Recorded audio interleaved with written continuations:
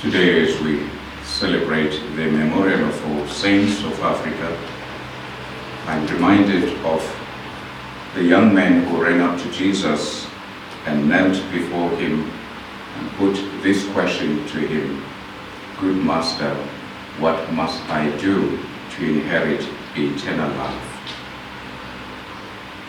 This question reveals this young man's deepest longing or desire in life.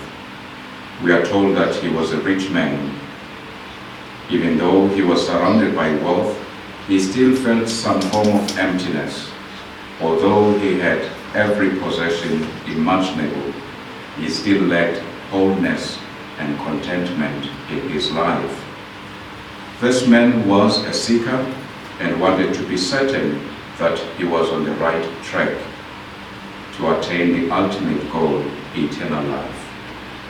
Of course, as we read on that gospel passage from Mark chapter 10, verse 17, we discover that although he was curious, he had this longing that he expressed to Jesus.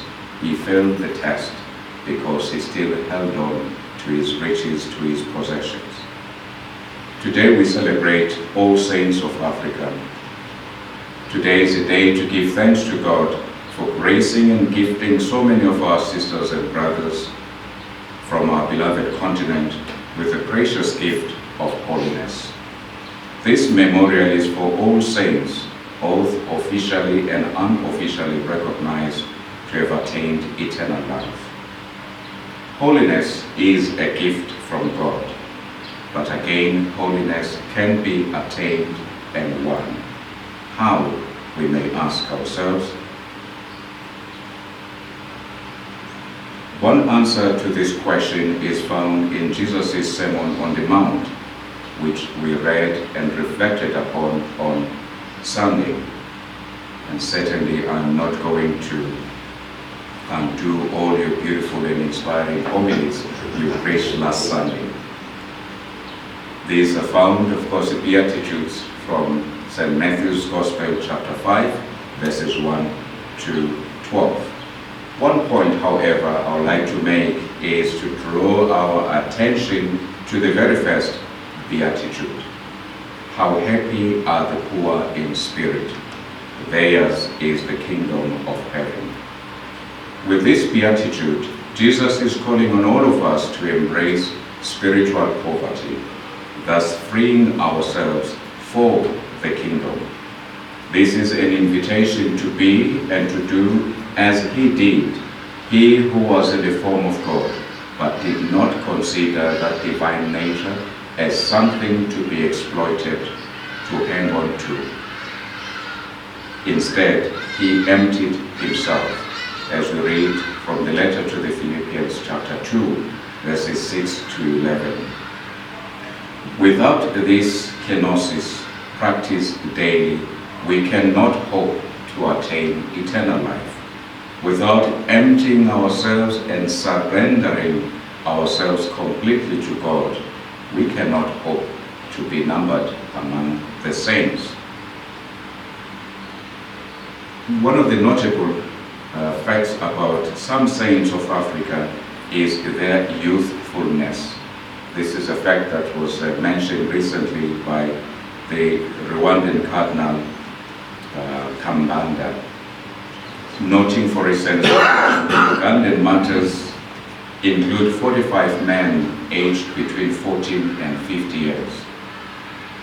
The other example is Blessed Floribert Kasoti, a Congolese martyr, who was abducted and martyred in July 2007, aged 26.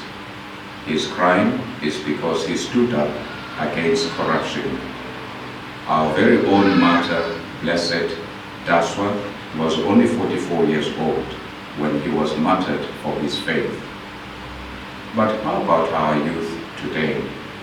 Do they desire and long for eternal life as much as that rich young man did? Are they able to empty themselves for Christ?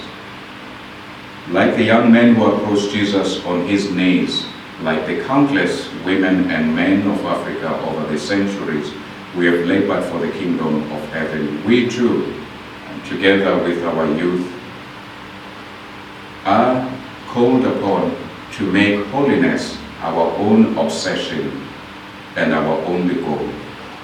The saints of Africa, both ancient and modern, like St. Augustine, the martyrs of Uganda, Benedict Daswa, Sister Reinolda, OSP, the Benedictine sister of Ngome, Pope Francis Fana, the monk and missionary of Marian Hill, Denny and Domitilia, founders of Little Aiden in Johannesburg.